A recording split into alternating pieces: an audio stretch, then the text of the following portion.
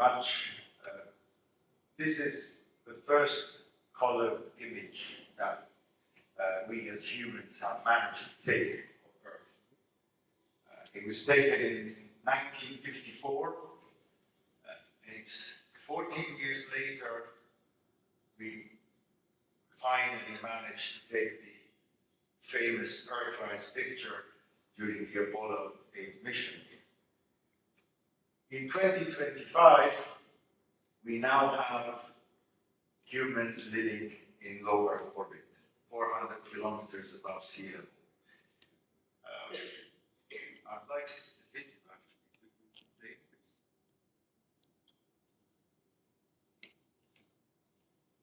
Now, we actually have high-resolution videos from Earth.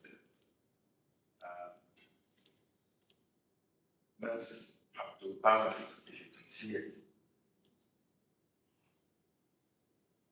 The East and the West ultimately, literally, exist only because of this grid, the longitudes and latitudes that we have projected on Earth. And it's a projected reality, and even more so when we understand East and West from a purely geopolitical perspective.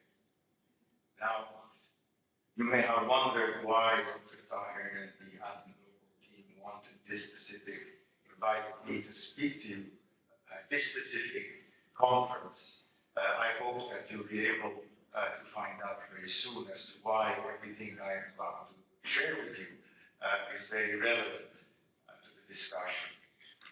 Now, the content is based on 3 books that I have published within the last few years. So what I'm going to give you is a very high-level summary, high-level introduction. Thank you. Now, this is an actual image of one of the spiral wings of our galaxy. This is not an AI-generated image. It's a real image. It's as real, what you see in front of you is as real as the chairs you're sitting on. It was taken from Spain. Now, and by the way, this is not just above our heads, this is also underneath our feet. Now, 8.2 billion humans are born into this perspective.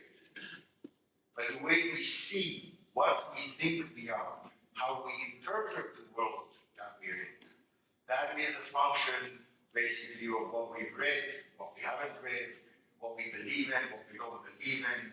So in other words, humanity is really a mosaic of interpretations of our wider context.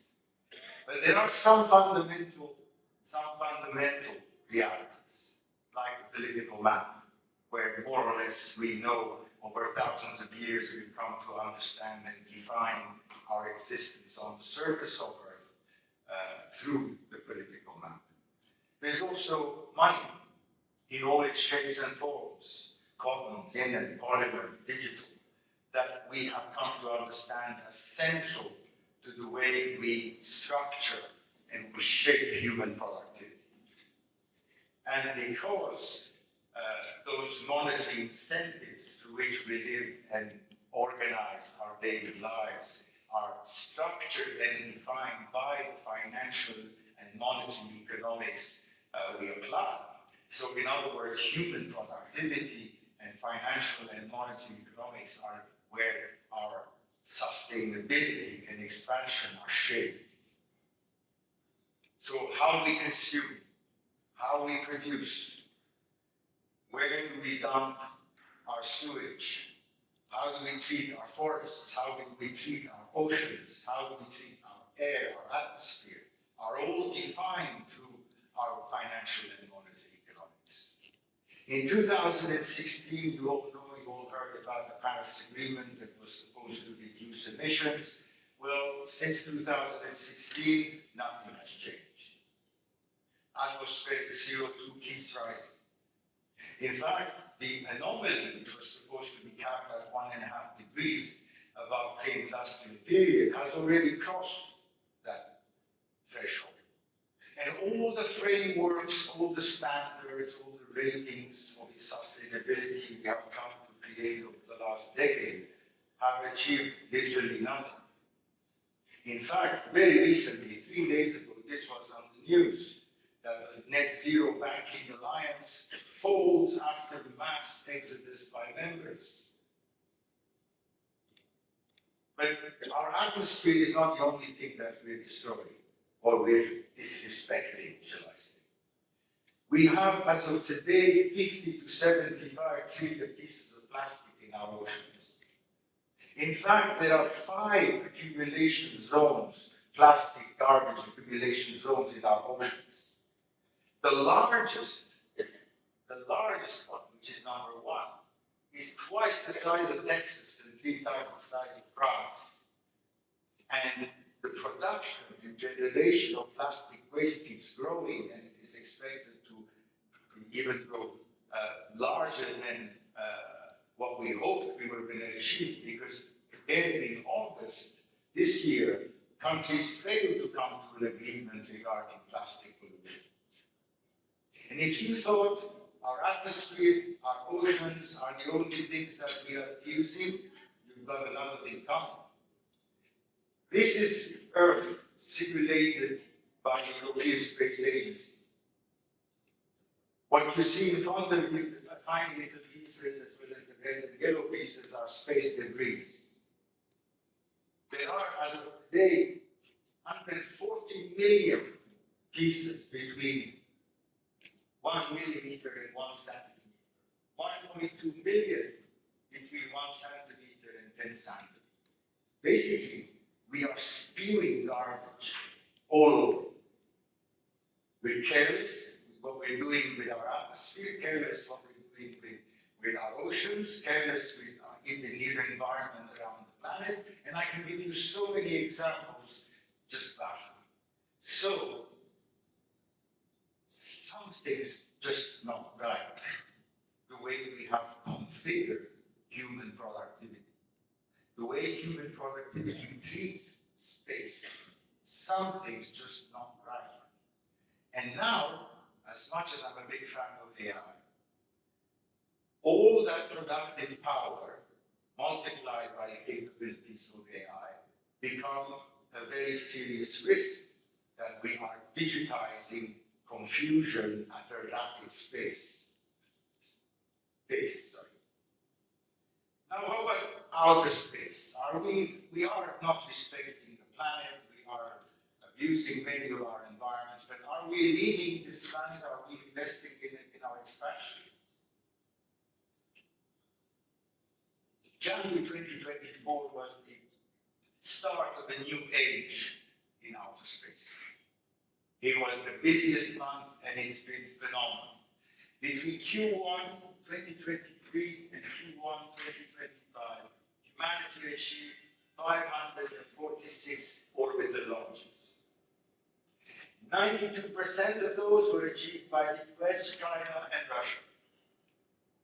The fourth power in space is India. And then the 2 regional powers that you already know have, this is the image, 195 countries on that map. A handful of them only have access to outer space. Now this is key. The UAE has been doing has achieved immense progress in outer space. From astronauts to the UAE Space Agency, the National Space Strategy, National Space Fund, the Space Economic Zone, recently Russian Rover 2, which is UAE's moon project rover, was in the news. But the future will eventually depend on whether Dubai and UAE build their own orbital access from the UAE. That will be a critical strategic factor. Why? I'll come back to it in a minute. Now, looking at the actual providers of orbital launch. Now, I'm not going to go too deep into the numbers and so on. Just to summarize, there are, as of today, 36 providers, public and private, civil and military, and the leagues are headed by SpaceX and China Military Science and Technology Corps, Roscosmos Corporation, Roscosmos, and Rocket. Now, in terms of economics, the space economy, based on the World Economic Forum study with McKinsey in 2024, was measured to be 630 billion, expected to grow by 9% per year to reach 1.8 trillion by 2035. Now, 630 billion, you compare that to the GDP of the world in 2023, that's 0.6%. You compare it to global wealth in 2023, that's 0.13%. The same year, 2023, global military expenditure was 2.3%. This actually came up in 2024, even higher. So basically, humanity spends more on defending itself from itself rather than actually building its collective future in outer space. Now, what is this 630 billion economy about? It is the vast majority of it are satellites. As of May 2025, we had 11,700 large satellites orbiting Earth. And this number is expected to reach 100,000 by 2030. This is a European Space Agency estimation. So it is satellites. And in other words, the space economy isn't about going into other worlds. It is about using space-based infrastructure like satellites to deliver goods and services on Earth, or for national security purposes. And in fact, very soon, you can quote me on this, soon you're going to see AIs in orbit, managing and serving us on the ground. So in terms of numbers, in the same study by McKinsey and the World Economic Forum, space exploration itself was measured to be 2.5%. So in other words, our space economy is growing rapidly, but it is still earthbound. Now why? What's the issue with human productivity? That not only we are disrespecting where we are, we're abusing our oceans, our atmosphere, and our environment, but also we're still bound to Earth. So there's something that has to be addressed in terms of the configuration of human productivity. My argument is that this is the root cause of this is in our financial value framework, is in our mathematics, and our monetary architecture. What is in one sentence? Well, our entire financial value framework is built on risk and time. This is an AI-generated image. There is no space in our mathematics. Our physical context is not accounted for in our equations. And this is proof. Don't be scared with this. Anyway, probably you can't see them. But these are all the major equations that we use in finance, from stock valuation, bond valuation, asset valuation, derivatives valuation. None of them have any space parameters. None. So there is no context, no impact, no responsibility in the very mathematics that defines our markets and our investments. Now, another aspect of the same issue, looking from the perspective of our monetary architecture.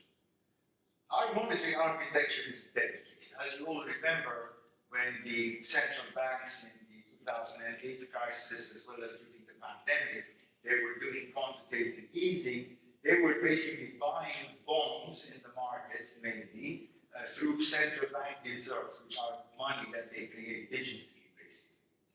But bonds are valued with equations which are primarily and only built on risk and time to measure the return on investment and on the cash flows. And what is time in those bonds? What is time in those bonds? Time is actually calendar time. What is calendar time? Calendar time is built on astronomical observations. 1 day is a revolution of Earth, a rotation of Earth on itself. 1 year is a revolution of Earth around the sun. So coming back to that grid I started with, it's a projection. We count the days based on how far the grid is turning. Now, this is a video from a simulation video of finance. It's a video. watch the date here at the bottom on the left side, you can see. This is an actual simulation with the calendar at the bottom. So look, the entire monetary system on that planet is built on bonds which have maturity dates based on the calendar. So the entire system values the rotation, the fixed movements of Earth, but not Earth itself. It values the fixed movements of Earth in the wider context, but not the wider context.